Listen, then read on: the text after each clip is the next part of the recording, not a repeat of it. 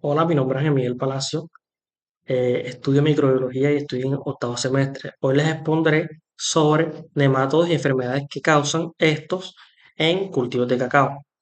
Dato importante, ¿sabían que las pérdidas anuales en la agricultura mundial causadas exclusivamente por nematodos fitoparásitos se estiman en más de 170.000 millones de dólares? Estas amenazas microscópicas, invisibles a simple vista, constituyen uno de los patógenos más destructivos y subestimados para la seguridad alimentaria global.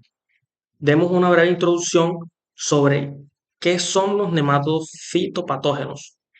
Los nematodos fitopatógenos son gusanos microscópicos altamente especializados que parasitan las plantas, principalmente atacando las raíces.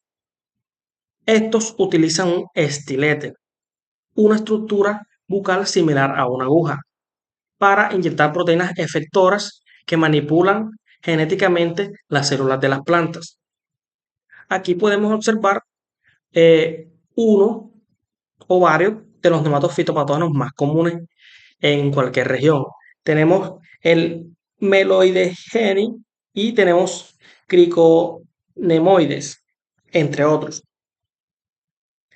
Hablemos más un poco sobre la región e importancia del cultivo.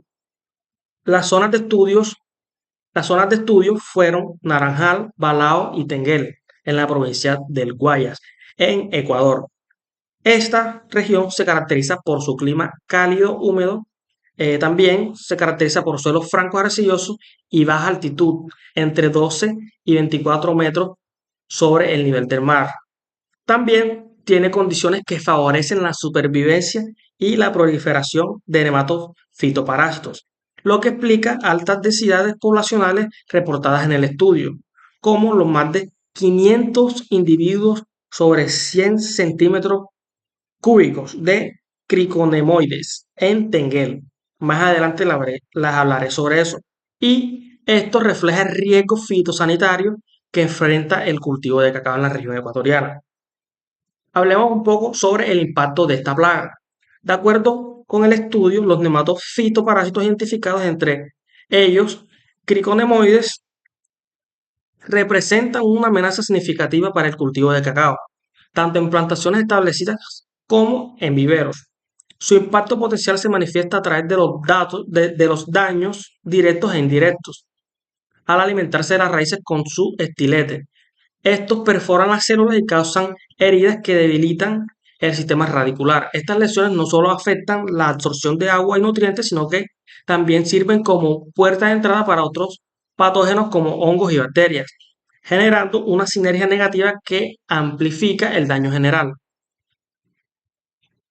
En plantaciones establecidas, las altas densidades poblacionales del género Criconemoides, que llegó a 507 nemátodos entre 100 metros cúbicos de suelo en Tenguel. Esto sugiere un riesgo elevado de afectación del crecimiento y productividad de las plantas, especialmente en cultivos con manejos limitados o edad avanzada. Por otra parte, en viveros, la presencia de meloidogine en raíces compromete el desarrollo de las plántulas, reduciendo la calidad y supervivencia del material de la siembra. Hablemos un poco sobre los síntomas que estas presentan.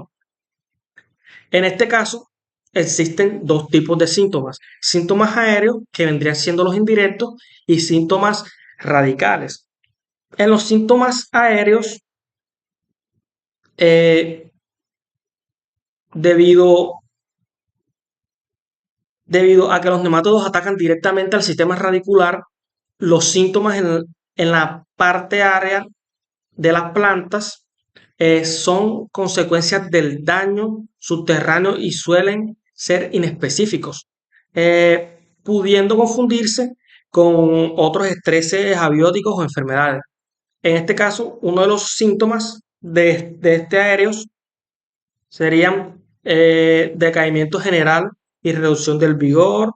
Vendría siendo también el bajo crecimiento de la planta. La clorosis vendría siendo más el amarillamiento de las hojas, como lo vemos en las imágenes. También tenemos la reducción de la producción, en este caso vendría siendo el rendimiento y el marchitamiento. El estudio enfatiza que estos problemas son severos en plántulas de mayor edad o de edad avanzada y con mal manejo agronómico. Enfoquémonos también en el sistema, en los síntomas radicales. Esto vendría siendo los síntomas directos. El daño principal ocurre en las raíces, donde se eliminan los nemátodos, donde se alimentan los nemátodos. Eh, Uno de los síntomas presentados son las lesiones y heridas. Los nematodos usan su estilete, como ya lo dije anteriormente, para perforar las células y alimentarse, creando puntos de entrada para diferentes patógenos. También otro de los síntomas es el sistema radicular debilitado. Las raíces dañadas no pueden realizar eficientemente sus funciones de absorción y anclaje. Un dato, el artículo no reporta presencia de agallas visibles, lo que sugiere que la población de este género no era lo suficientemente alta para producir este síntoma macroscópico específico, o que las especies presentes no forman agallas grandes. El daño principal fue celular y tisular interno.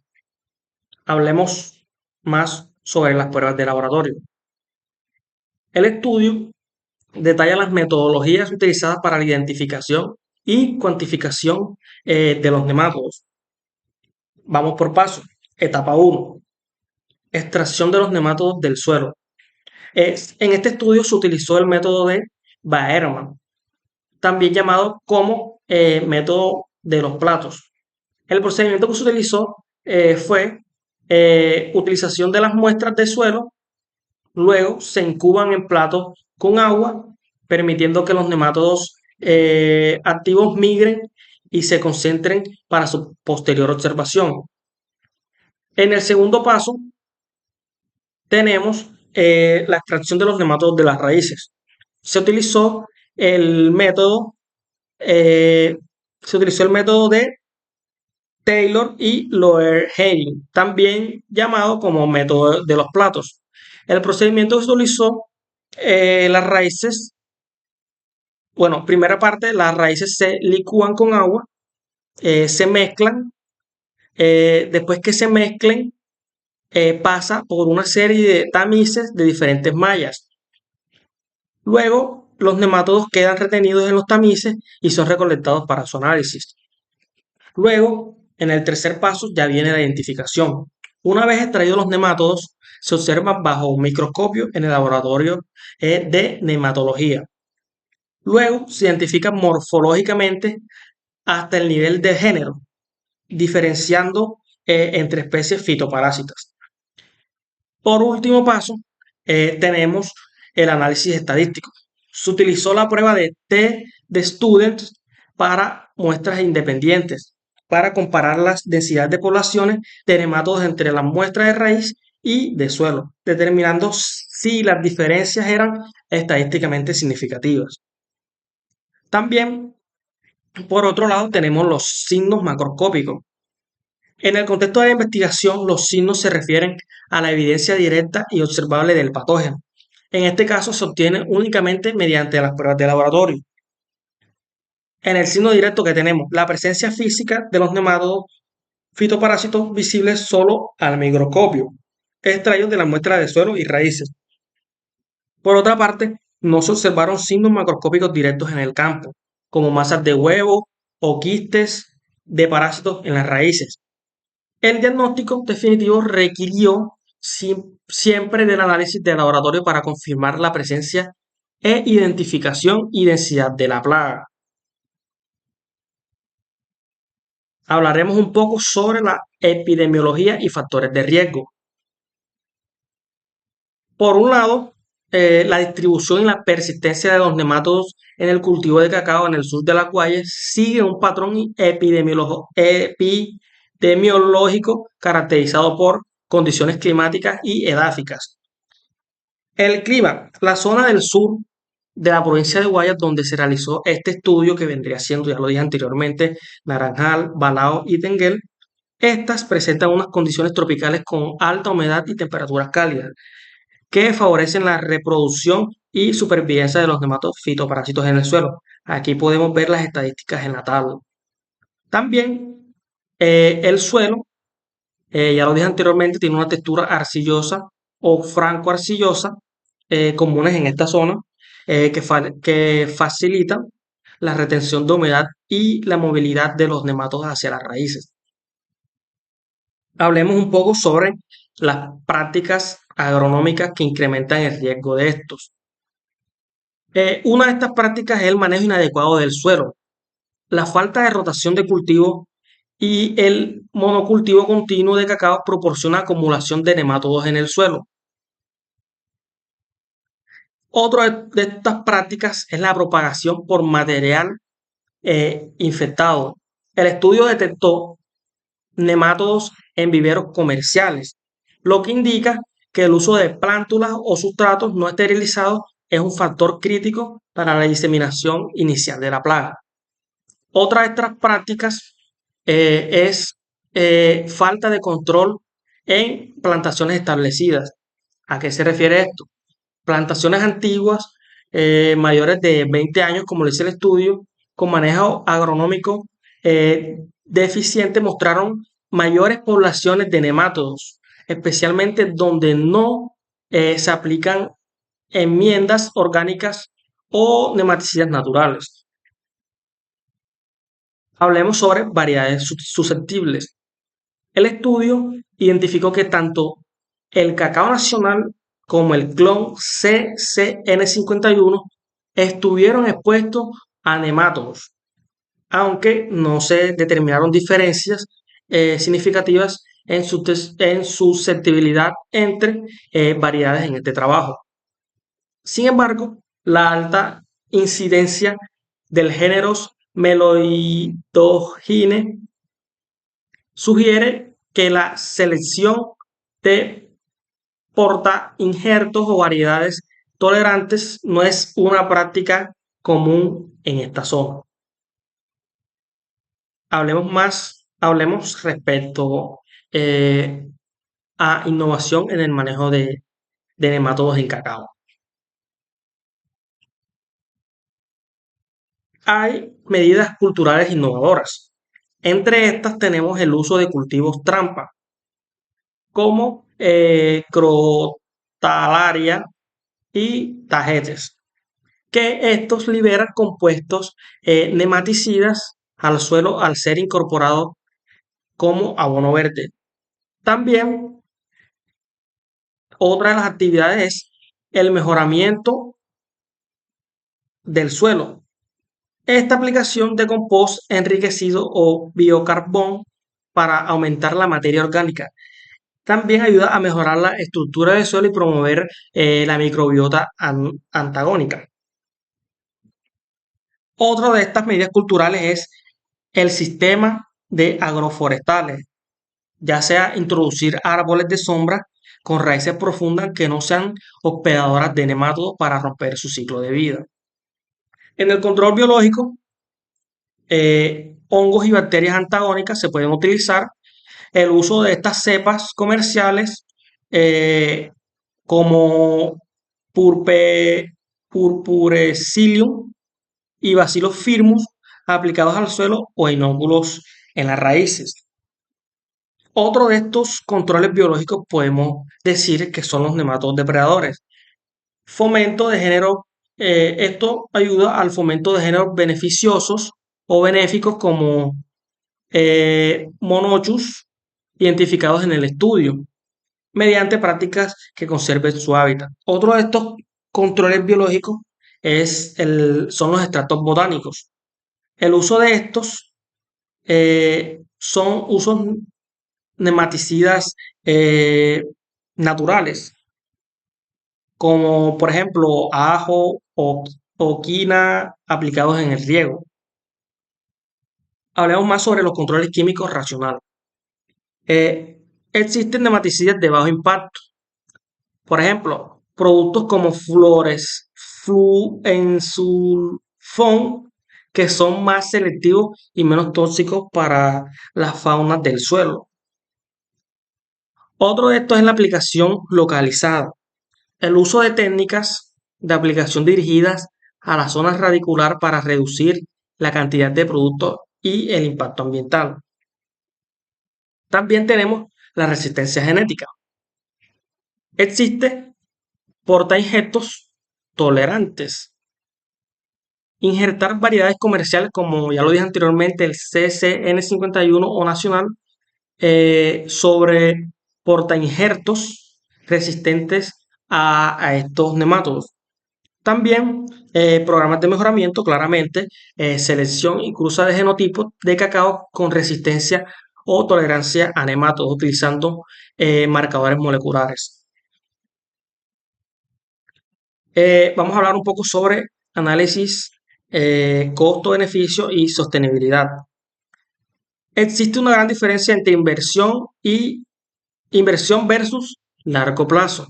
Las medidas biológicas y culturales pueden tener un costo inicial moderado, claramente, pero reducen la dependencia de insumos externos y aumenta la resiliencia del cultivo. Hablemos un poco sobre la rentabilidad. El control integrado puede incrementar la productividad entre el 15 y el 20, y el 30% en plantaciones afectadas, recuperando así la inversión en 2 o 3 campañas. Hablamos sobre sostenibilidad ambiental. Las prácticas innovadoras reducen la contaminación química y conservan la biodiversidad del suelo y son compatibles con certificaciones orgánicas y de comercio justo. Por último, tenemos las conclusiones y recomendaciones prácticas.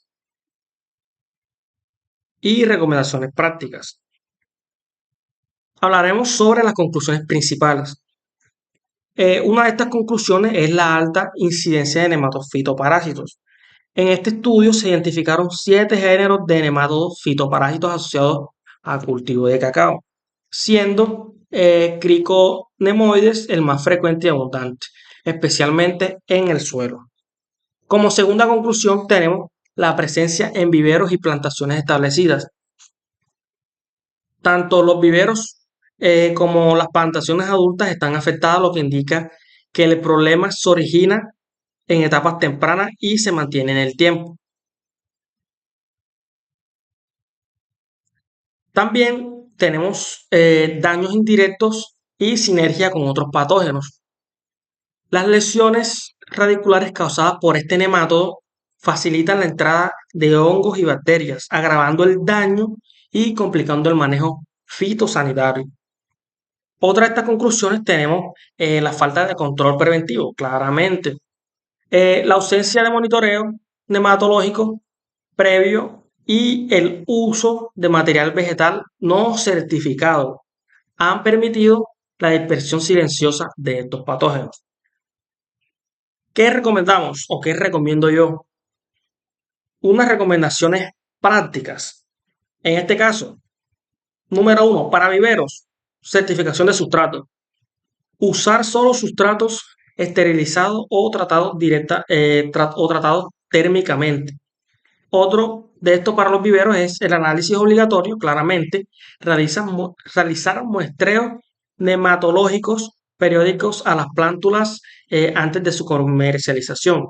Otra para viveros vendría siendo el control biológico preventivo. Aplicar estos nematicidas biológicos o nematicidas naturales al sustrato para reducir el riesgo de infecciones. Como segundo como segunda recomendación práctica, vendría siendo para la implementaciones establecidas, ya sea con el muestreo periódico, realizar análisis del suelo y raíces al menos una vez al año para monitorear la densidad poblacional de los nematodos.